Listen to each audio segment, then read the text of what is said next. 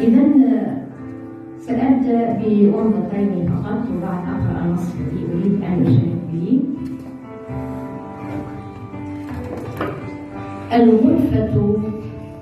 الغرفة التي ظلت وحيدة على سطح البيت سكنتها طيور عاشقة.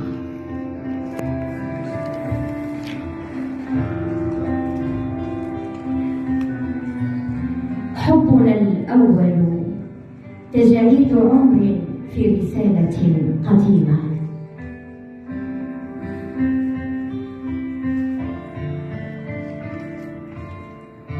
دمعة ثقبت الوسادة ففاض السرير وردا. هذا الانتباه الجديد. إذا الآن سأقرأ القصيدة وهي بعنوان امرأة تشتريها المشامم.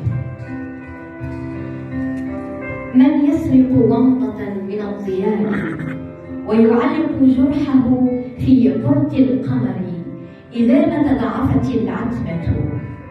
من يحملنا بعيدا فكل الأرصفة سهام طائشة.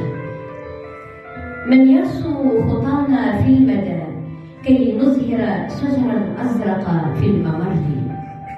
كل النواقيس التي تدق الغبار أنت وصوتك ترميم لخطى المنسيين.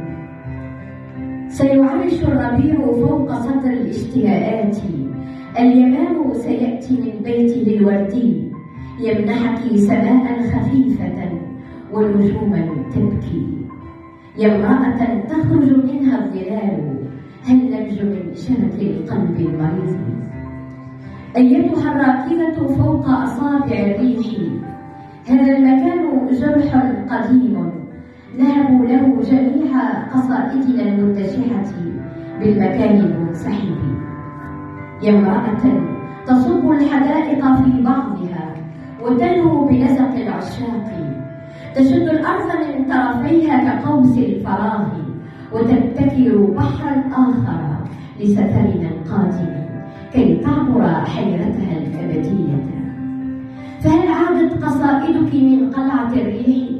وهل قفزت الأسماك الملونة من أكواريوم أكثر اتساعا من البحر إلى الشرك المنسوب لعزلتك؟